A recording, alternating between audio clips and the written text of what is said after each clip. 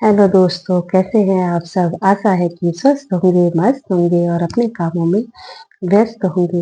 दोस्तों, कल मेरे मैसेंजर में एक मैसेज आया था कि आप अपने गढ़वाल के बारे में बताएं कि क्या-क्या खूबी है आपके गढ़वाल की, तो उस पे कोई वीडियो बनाए। तो पहले तो हमारे गढ़वाल में इतनी खूबियाँ हैं कि मैं तुम्हें गिना नहीं सकती।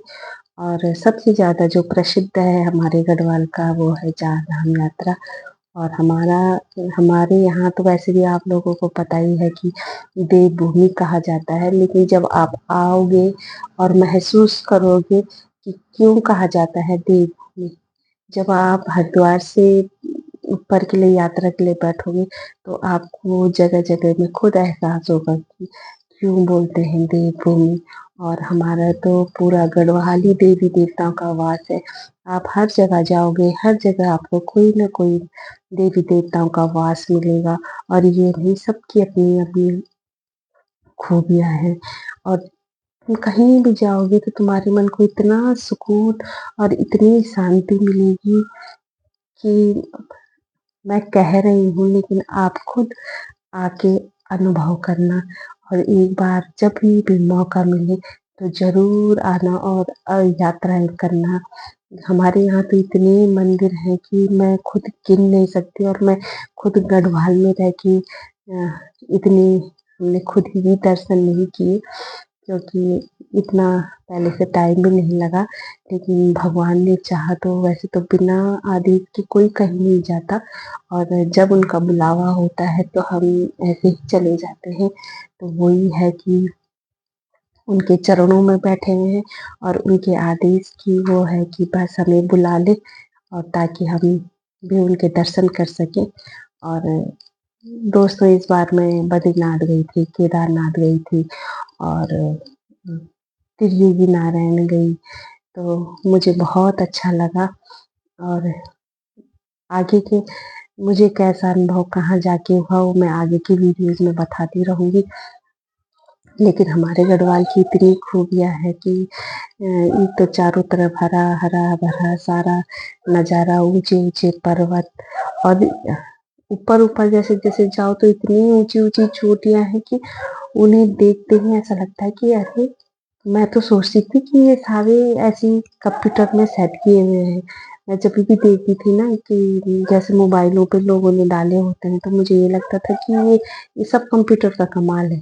लेकिन जब मैं खुद गई और मैंने खुद देखा कि ये इतनी ऊंची ऊंची चट्टानें, और ऊपर ऊपर जाके तो आप इधर ये लगा लो कि अगर जो बद्रीनाथ साइड चले जाओगे तो वहां पे इतनी ऊंची चट्टानें हैं कि उनको देख के ही ऐसा अजीब लगता है। और जिन्होंने तो देखा नहीं होगा वो तो शायद ऐसा लगेगा उन्हें कि हम शायद कैलाश पर्वत की आ गए हैं। इतनी ऊंची ऊंची चोटियां देखने को मिलती हैं। और वैसे ही हमारे केदारनाथ बाबा जी का मंदिर है। आप लोग जरूर आना और उस सुकून और उस आनंद का अनुभव जरूर करना जो मैंने वहां जाकर किया। और मुझे वहां जाके इतना अच्छा लगा कि मैं शब्दों में बता नहीं सकती। तो आप भी एक बार जरूर आना हमारे गढ़वाल में, हमारे उत्तराखंड में। और सच्चे मन से आओगे तो तुम्हारी सारी मनोकामना पूर्ण होगी। और बस ये है कि मन दर्शन का होना चाहिए, भाव अच्छे होने चाहिए। बोलते हैं ना, जैसी जिसकी भावना, तो उसी हिसाब से दर्शन भी हो जाते हैं। और भावना अच्छी हो तो कितनी कठिनाइयों में भी दर्शन हो जाते हैं और अच्छे से हो जाते हैं। मेरा तो ये मानना है कि भगवान भी परीक्षाएं लेते हैं, कष्ट आता है, जो जितना जिसको कष्ट आएगा उसको उतने अच्छे से दर्शन होंगे। और आप लोग भी जरूर आना हमारे बद्रीनाथ, केदारनाथ, और वहाँ के दर्शन करना। और तब बताना कि आप लोगों को कैसा लगा आप लोगों को हमारे बद्रीनाथ धाम में आके, केदारनाथ बाबा जी के दर्शन करके। और जो सुकून और आनंद केदारनाथ बाबा जी के दर्शन करने के बाद मिलता है, वो आनंद तो मैंने जिंदगी में कभी नहीं। और इतना शांत, इतना अच्छा अच्छी जगह में है केदारनाथ कि बस वहाँ से आने का मन ही नहीं हो रहा था।